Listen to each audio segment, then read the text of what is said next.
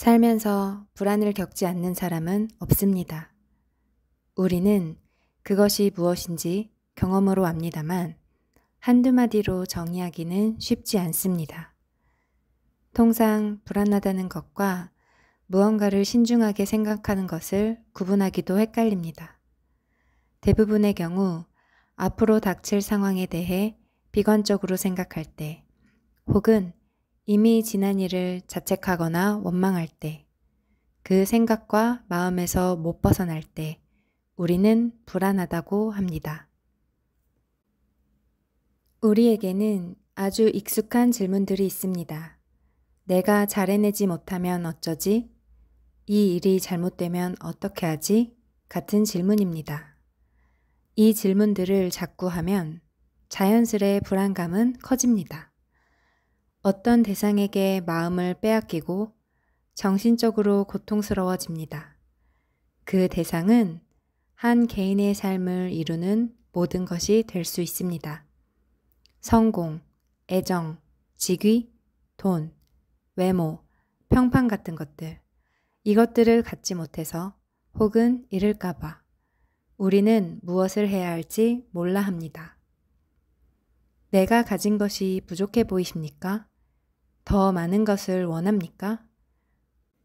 내 머릿속이 항상 이런 생각들로 전쟁터가 된 것 같다면 아마도 당신은 불안해져 있을 겁니다. 생각과 달리 현실은 끊임없이 나를 배반하고 불만족스러우며 압박감은 더 세지기 때문입니다. 그리고 생각 끝에 내린 결론은 이런 식으로 살아서는 안 된다는 것, 지금보다 몇 배 더 치열하게 살아야겠다는 다짐입니다. 우리는 다른 이의 삶은 몰라도 나의 삶은 어떠해야 한다는 자의적인 기준을 갖고 삽니다. 뭔가 이뤄야 하고 성공해야만 합니다. 가끔 남들 사는 만큼이라고 명명하지만 더 정확하게는 남들보다 우월해지고자 합니다. 그러니 뭔지는 몰라도 무언가 더 열심히 해야 한다는 당위 앞에 서게 됩니다. 열심히나 최선이 이토록 부담스러운 시대는 처음인 듯 합니다. 과거에는 아름다웠던 말들이 이제는 우리를 정신적으로 건강하지 못한 상태로 이끌게 된 것입니다. 더 많이 누려야 한다고 굳게 믿는데 그것이 쉽지 않을 때 더 열심히, 더 빠르게 병에 걸립니다. 그래서 너무 많음과 너무 빠름은 긴밀히 연결되어 있습니다. 더 잘하고 더 많아야 하기 때문에 모든 것을 더 빠르게 해내야 합니다. 도대체 이만하면 됐다가 없습니다. 게다가 우리는 오랫동안 빨리빨리를 미덕으로 교육받았습니다. 빠르게 움직인다는 것은 바쁘다는 것이고 이는 열심히 하고 있다는 표시입니다. 곧 근면성실한 사람이라는 뜻이며 이는 도덕적인 자질로 배워온 것입니다. 그래서 우리는 더 열심히를 외치면서 지금 정도로는 어림없다고 조소합니다. 공황장애는 힘든 사건이 일어난 직후가 아니라 심리적 갈등이나 고통이 1, 2년 정도 쌓여있던 차에 사소한 사건에 의해 촉발될 수 있습니다. 개인의 심리적 문제, 견디기 힘든 압력이나 갈등 또는 가까운 사람의 질병이나 죽음 등으로 심각한 피로와 스트레스를 장기간 받을 때가 있습니다. 그러면 이 기간 동안 우리의 몸과 정신은 위협적인 자극 앞에서 살아남기 위해 이런저런 시도를 합니다. 나의 몸과 정신이 할 수 있는 온갖 방법을 동원해서 버틴다는 뜻입니다. 그래서 공황 증상은 사건 직후가 아닌 그 일이 어느 정도 수습된 다음에 일어나는 경우가 많습니다. 뒤늦게 나타난 공황 앞에 결국 최선을 다해서 열심히 살았는데 이렇게 되었어요 하며 한탄하는 형국이 됩니다. 이렇듯 이 시대의 우리의 불안은 과거 서양의 철학자들이 갈파하던 불안과는 좀 다른 것 같습니다. 그들은 개인이라는 고유 단위에서 비롯된 실존적 불안을 이야기했습니다. 하지만 우리 사회의 불안은 미래를 점칠 수 없는 데서, 달리 말하면 내가 미래에 더 많은 것을 누릴 수 있을지 모르는 데서 옵니다. 길을 쓰며 살지만 그럴수록 만족하지 못하며 이 방향이 아닌 것 같아서, 더 나아가 정말 원하는 것이 무엇인지 몰라서 불안합니다. 세상은 우리에게 더 많이 갖고 더 잘 살아야 한다고 이야기하는데 어떻게 해야 그럴 수 있는지 모르겠고 자신도 없어서 불안해합니다. 과거 전통사회에서는 한 인간이 태어나 죽을 때까지 모든 것이 정해져서 사회, 문화, 지역의 이동이 거의 없이 살았습니다. 자신만의 노력으로 남과 다른 뭔가를 증명할 필요가 없었습니다. 점차 전통사회는 사라지고 개인은 이동성이 강한 사회의 일원으로 스스로 자기 위치를 바꿀 수 있게 되었습니다. 사회적 경쟁에서 밀려나는 것이 더 이상 운명이 아닌 것이 되면서 개인은 더 많은 책임을 떠안게 됩니다. 세상은 출신과 무관하게 본인의 성실로 더 나은 자리에 도달한 사람들을 칭송합니다. 그렇게 사람들은 더 열심과 손을 잡지만 어차피 출발선이 다른 게임이라는 것 또한 모르지 않습니다. 어떤 부모 밑에서 태어났는가에 따라 누군가는 유리한 위치에서 시작하고 그 격차는 평생 좁히지 못할 수준입니다. 그래서 더 좋은 조건, 더 나은 교육, 더 나은 결과에서 비켜선 사람들은 과거보다 더 많은 박탈감을 겪습니다. 어디까지를 출발선의 탓으로 돌려야 할지, 어디서부터는 내 책임으로 볼지 모호한 가운데 우리는 일단 더 잘하기 위해 달리고 봅니다. 기술이 발달하고 이동이 많아지면서 인간은 독특한 심리적 과제를 안게 됩니다. 내 존재의 의미, 전체 속에서 내 역할이 중요한지를 걱정하게 된 것입니다. 에릭슨은 정체감 형성을 청소년의 과업으로 생각했지만 요즘 우리를 보면 꼭 그렇지도 않은 것 같습니다. 우리는 일생 동안 새로운 집단에서 낯선 이를 만나고 간접적인 소통으로 전혀 모르는 사람들과도 접촉합니다. 누가 무엇을 입고 마시며 누구를 좋아하고 싫어하는지 또는 무엇을 성취했는지를 잘 알게 되었습니다. 그렇게 쏟아지는 정보들은 방대하고 비일관적인 메시지를 던집니다. 그 앞에서 아이든 어른이든 갈피를 잡기 어렵습니다. 나의 진짜 모습은 무엇인지, 이 세상에 적응한다는 게 무엇인지 극히 혼란스러워진 것입니다. 익명성으로 가득한 이 사회 속에서 확고한 자아 정체감은 반드시 필요한 덕목이 되었습니다. 자신이 누구인지에 대한 의식 없이 정체성을 외적 환경으로만 미루어 짐작하는 건 매우 위험해졌습니다. 예를 들어 모두가 성공이라 여기는 유명 대학에 들어갔는데 그때부터 내 적성에 과연 맞는지가 고민된다면 어떨까요? 어렵게 들어간 직장에서도 부적응하는 청춘이 의외로 많습니다. 혹은 나의 노력, 실패와는 무관하게 조직이 문을 닫는다면요? 중년의 어느 날 배우자에게서 이혼을 요구당한다면 그런 내 삶을 어떻게 해석해야 할까요? 자신에 대한 명료한 의식과 이해, 안정적 가치를 만들지 못한 채 살아왔다면 이런 위기마다 엄청난 불안을 만나게 될 것입니다. 불안에 휩싸인 채 얼떨결에 부모가 되었고 장년기로 접어든 이들은 자신의 불안을 아이들에게 전염시킵니다. 이때 부모들이 가장 강력하게 더 열심히를 외치는 대상이 바로 자식입니다. 당연히 너희들을 위해서, 너희들이 잘 되기를 바라기 때문이라고 주장하고 스스로도 굳게 믿습니다. 하지만 스스로의 불안과 자식에게 더 나은 출발선을 주지 못했다는 죄책감을 숨기려는 몸부림이라는 것도 어렴풋하게 알고 있습니다. 열심히 나쁘다고 말하는 게 아닙니다. 좋은 결과를 혐오해야 한다는 이야기도 아닙니다. 좋은 결과만을 위해 노력할 때 우리를 지탱해주던 것들은 그 목표에 도달하면 방향성을 상실해 버립니다. 그때 나아가게 하던 욕구가 사라지면서 존재의 힘겨움이 몰려옵니다. 좋은 결과 앞에서 한동안은 행복해하며 이것이 진리라고 외치겠지만 거기에서 지속적인 의미를 찾지 못한다면 목표를 달성한 흥분은 곧 사라집니다. 목표란 인생이라는 전체 맥락에서 그저 한 단계일 뿐입니다. 그것을 알지 못한 채 과정에 가치를 두지 않았을 때 나라는 사람은 늘 숨이 차오르도록 달려야 하고 실패라는 공포로 자신을 협박해야만 하는 존재가 되어버립니다. 좋은 결과는 그저 갈 길을 가다가 만나는 달콤한 열매와 같은 것입니다.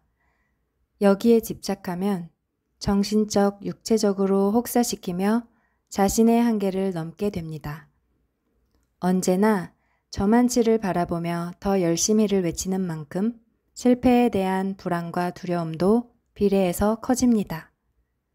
실패보다 더 해로운 것이 실패를 두려워하는 마음입니다. 열심히 살다 만나는 좋은 결과는 우리의 기쁨입니다. 그러나 시작부터 좋은 결과를 내지 못한다면 다 실패야를 걸고 달린다면 언젠가 우리 삶은 고장나게 됩니다. 더 열심히를 외치면서 우리가 도달하려는 지점은 더 많이 가지는 것입니다. 지위이든 권력이든 돈이든 물질이든 우리는 더 많이 소유하려 듭니다. 많이 소유할수록 나는 더 가치 있는 존재가 됩니다. 인간이 정신적 가치나 삶의 질을 논하기 전에 생존해야 하고 생존하기 위해서 물질이 필요하다는 점에는 저도 동의합니다. 경제 사회적으로 안정적이 되기 위해 노력하는 것은 당연한 일이고 스스로 노후를 챙기려는 모색도 필요합니다. 하지만 이 당연한 논리가 진정으로 편안하고 충만한 삶을 위해서는 별로 효과적인 처방이 아닌 것 같습니다. 삶이 불확실할수록 소유하려는 몸짓은 절박해집니다. 어린 시절 어렵고 불안정한 환경에서 자랐을 경우에 더욱 눈에 보이는 것을 놓으려 하지 않습니다. 물건이 없을 때에도 머릿속은 언제나 물건으로 가득 차 있습니다. 이렇게 더 많이 가져야 안정을 얻을 수 있다는 신념은 마음의 조절 능력을 약화시킵니다.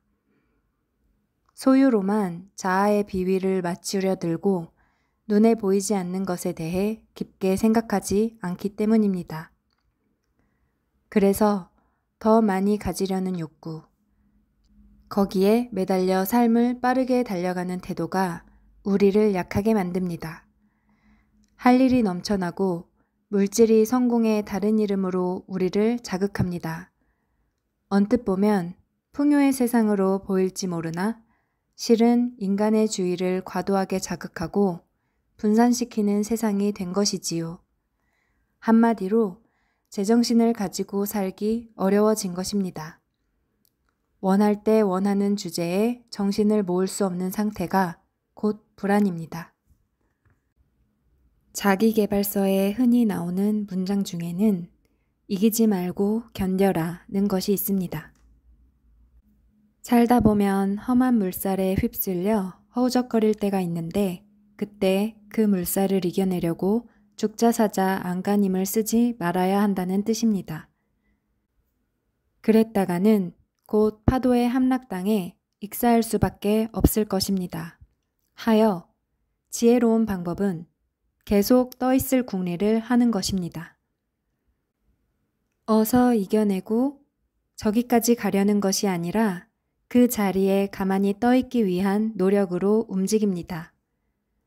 삶의 어떤 순간에는 투쟁하거나 해법을 모색해야 할 때도 있지만 때로는 지금은 받아들임이 방법이란 걸 인정해야 할 때가 있습니다.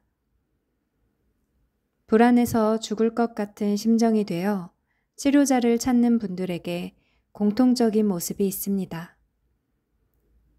일단 어떻게 해서든지 불편한 감정을 제거하는 데 초점을 맞춘다는 것입니다.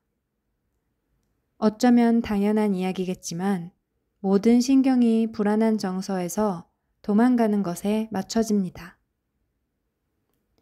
만약 사회공포증이라면 불안 유발 상황과 유사하기만 해도 그 상황 자체를 피하려고 안간힘을 씁니다. 아예 진정제나 술을 먹어 다른 상태로 가려고 합니다. 우리는 불안을 느끼면 1차적 반응으로 저항을 합니다. 이건 아니다. 이럴 수는 없다는 마음인 것이죠.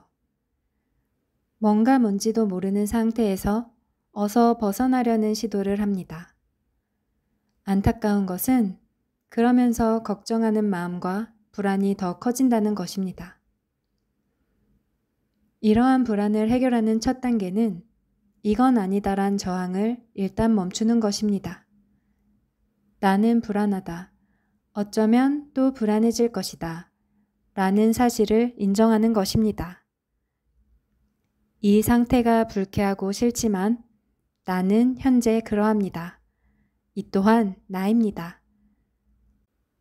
이 상태가 너무 고통스러워서 못 받아들이겠다면 우선 내가 저항하고 있다는 것이라도 인정해야 합니다. 부지불식간에 아니야, 아니야로 가기보다는 불안한 나에 대해 저항하고 있는 내가 있다고 인정하는 것입니다. 현재의 내 상태, 불안한 상태를 인정하라는 말에 의아함이 생길 것입니다. 자신이 어떤 상태에 있는지를 받아들이는 것을 곧 자신이 누구이고 어떤 사람인지 모두 정의하는 것이라 여기기 때문입니다.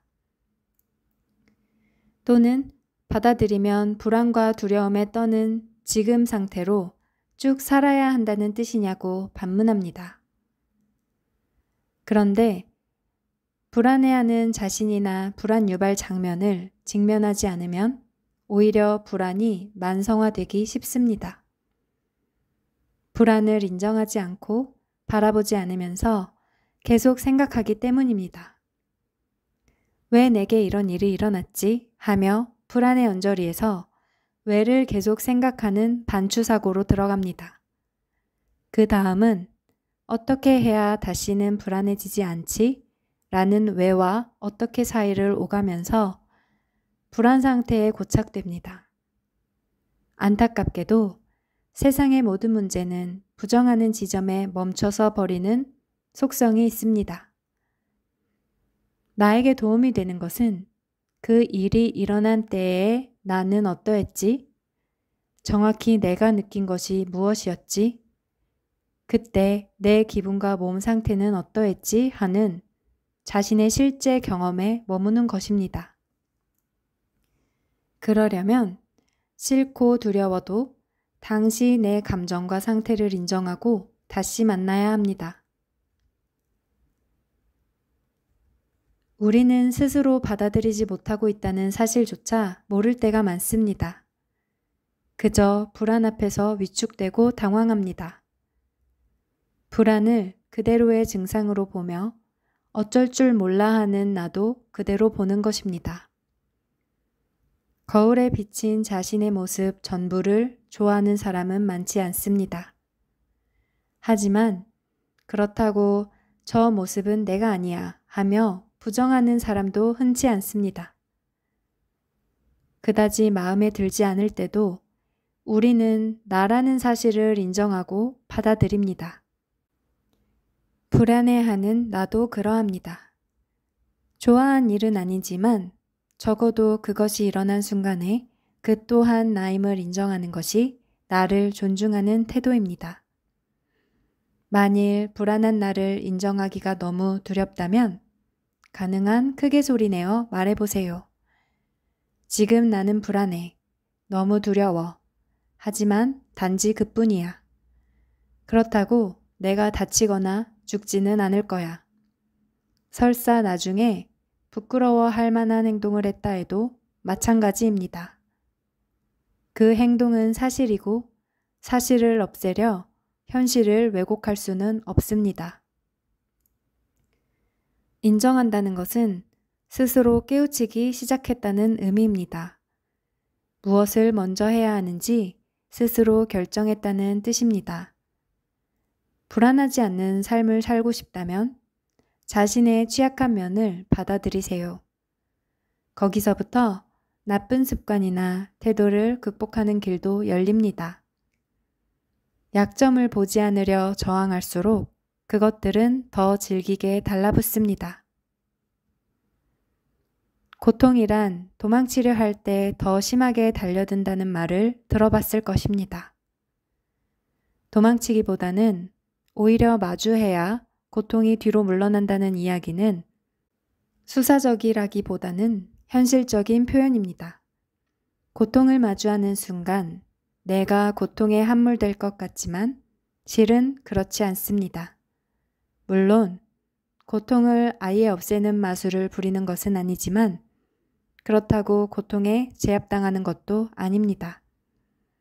다만 고통을 제대로 바라보고 받아들일 것들을 헤아리는 작업을 시작하는 것입니다. 부정적인 감정도 그러합니다. 불안이나 우울 등 정서적인 고통을 받는 사람들은 우선 힘든 감정에서 도망가려고 합니다. 내장이 다 타들어가는 것처럼 고통스럽기 때문에 아예 고통을 느끼지 않으려는 시도부터 하는 것입니다. 그러한 시도가 정서의 억압과 회피로 나타나며 이것은 모두 정신병리의 핵심이 되기도 합니다. 인간에게 적용되는 역설 하나는 자신의 부족함을 순순히 받아들이고 나면 마음이 가벼워진다는 것입니다. 있는 그대로 받아들이면 희한하게 벌써 문제가 아닌 다른 방향을 보는 자신을 발견합니다. 발전하기 위해서 현재의 문제를 밝히고 꺼내는 것은 건설적인 바라봄입니다. 우리가 저항할수록 더 세게 휘둘리는 것으로는 신체적 통증도 예로 들 수 있습니다. 신경성 통증이든 신체에 문제가 생긴 통증이든 어떤 경우에도 개인차가 큽니다. 같은 경우라 해도 누구는 이만큼의 통증을 호소하는데 누구는 저만큼의 통증으로 못 견뎌 합니다. 몸의 실제 문제와 경험하는 통증이 1:1 관계가 아닌 셈이지요.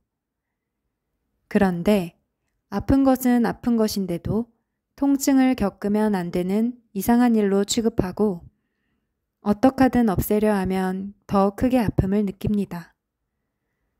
통증을 이겨내려 할수록 통증이 더 심해진다는 말이 이상하게 들릴지 모르겠는데 이겨낸다는 말에 비밀이 있습니다.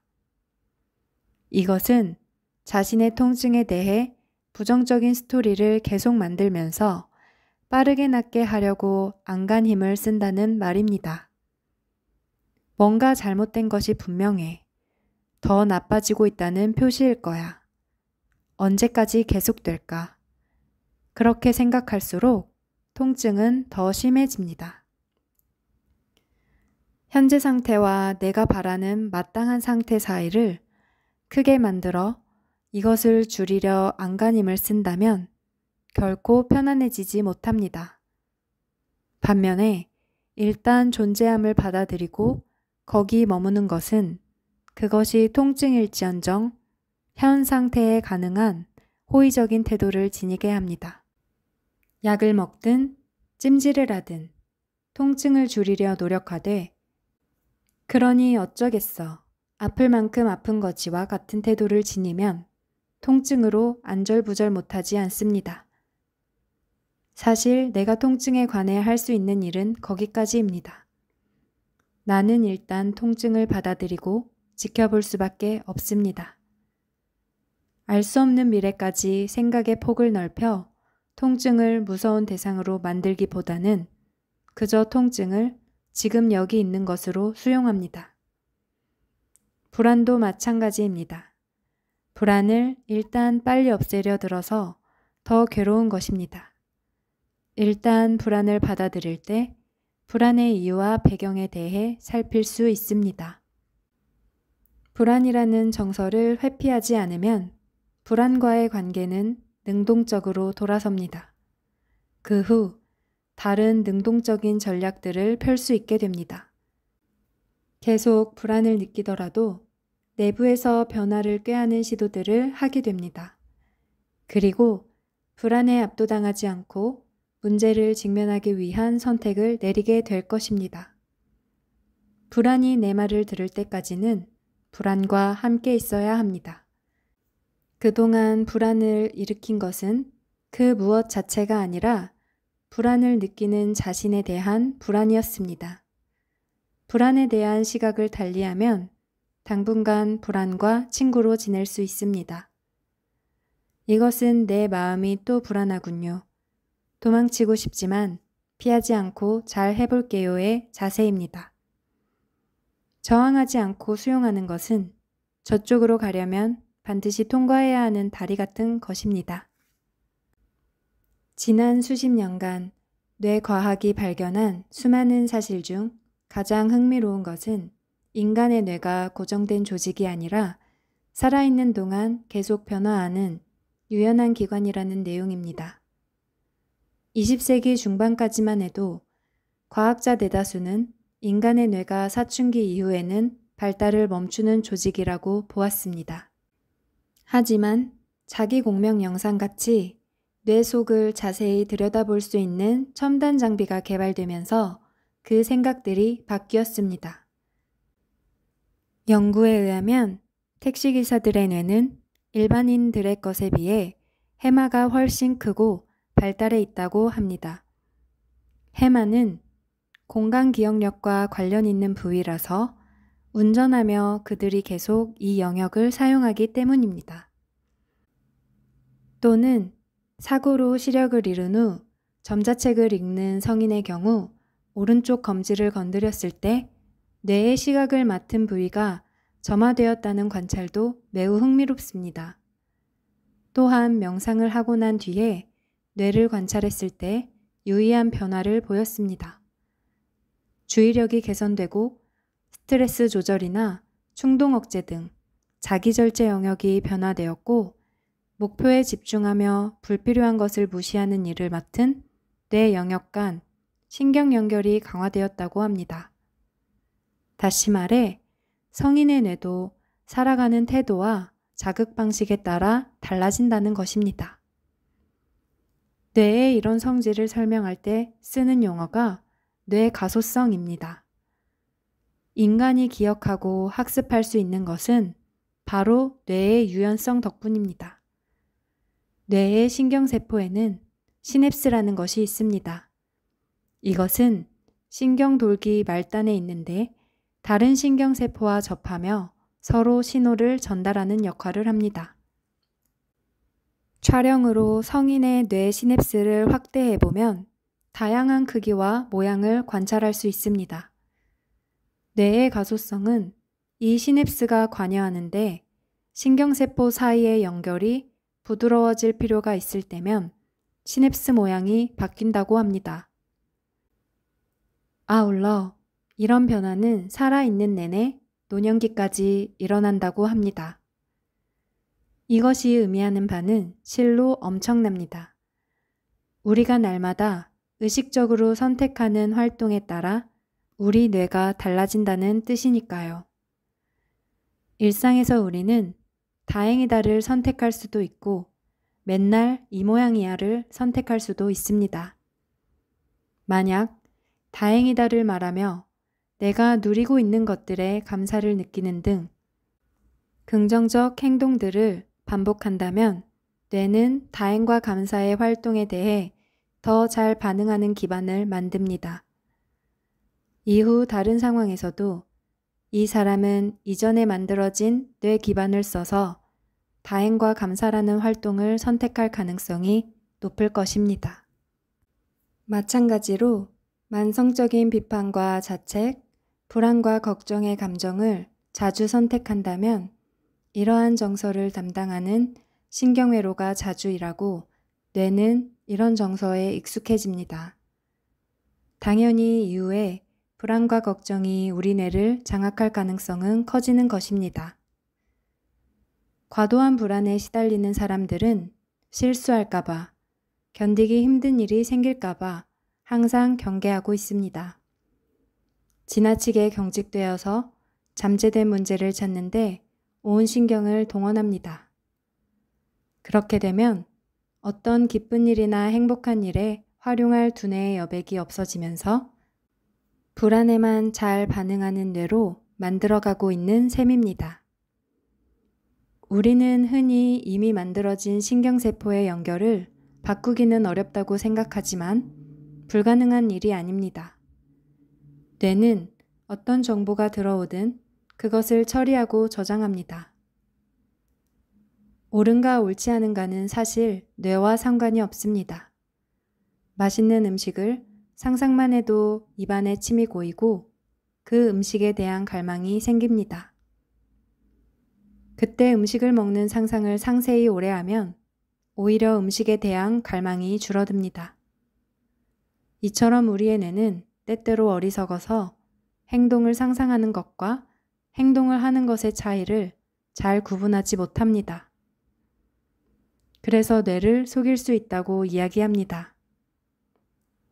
뇌는 하루 종일 주변 환경의 자극을 지각하고 해석하고 이해에 반응합니다. 어떤 상황이나 사람의 사소한 단서, 표정이나 몸짓, 목소리에도 의미를 찾아내고 기존의 데이터에 비추어 분석하며 가치를 부여합니다. 그렇게 해석된 감정은 다시 자신의 감정과 통합됩니다. 만약 다른 사람의 미소를 보고 따라서 미소 지으면 우리의 뇌는 행복하다고 느끼면서 쾌감을 자극하는 호르몬이 나옵니다. 그래서 믿을 만한 친구에게 도움을 청하고 친구의 온화한 표정을 보고 위로받았을 때 마음이 한결 가벼워지는 것입니다. 이때 미소에서 더 나아가 행동과 태도까지 바꾼다면 우리의 감정에 더 직접적인 영향을 미칩니다. 다시 말해 행복한 표정과 행동과 태도가 뇌의 그 영역을 자극해서 실제로 우리 마음을 행복하게 만듭니다. 현재를 사는 우리는 행동과 결정들은 뇌 속의 두 자아가 벌이는 경쟁의 결과물로 볼 수 있습니다. 우리에게는 본능적인 뇌의 자아가 있고 이성적 뇌의 자아가 있습니다. 현대를 살아가는 우리가 스트레스에 휘청거릴 때 이성적 자아로 당면한 문제들을 현명하게 해결하면 참 좋을 것입니다. 하지만 이런 상황이 되면 우리 몸은 독성이 강한 스트레스 호르몬인 코티솔을 분비하고 변형계의 편도체가 활성화됩니다. 사소한 자극에도 경보 시스템이 울릴 기반이 되어버리는 것입니다. 더 이상 생각하고 행동하는 것을 기대할 수 없으며 보다 본능적인 반응이 튀어나올 것입니다. 뇌가 감정적 반응을 넘어서 더 현명한 판단을 하려면 전전두엽의 의사결정 기능이 발휘되어야 합니다. 그래서 평상시에 전전두엽의 정신과정을 강화하는 일이 중요합니다. 그것은 바로 자기 불안의 정체, 그 이면을 이해하는 것입니다. 내 안에 어떤 주제가 해결되지 못한 채 있고 어떤 외부 단서에 잘 걸려드는지 알아야 합니다. 불안의 초기 단서를 이해하고 대응 방법을 알아보는 것입니다. 그렇게 되면 편도체는 외부 자극에 대해 과거와는 다른 대응을 하게 됩니다. 그러면서 차차 안정감을 얻는 방법에 익숙해집니다. 결국 다릉에 실행하기가 뇌 변화의 궁극적인 목표입니다. 무심히 내뱉는 혼잣말조차 다르게 해보는 것이 민감해진 편도체를 변화시키는데 유용합니다. 만일 지금 조금만 위태로워져도 불안을 폭발시키는 내라면 조금 더 견디었다, 다르게 대응했다는 새로운 경험을 통해서 점차 완화시켜 봅시다. 그러면 뇌는 위험에 대한 대처는 하되 부정적인 감정에 과도하게 반응하는 일은 줄어들 것입니다.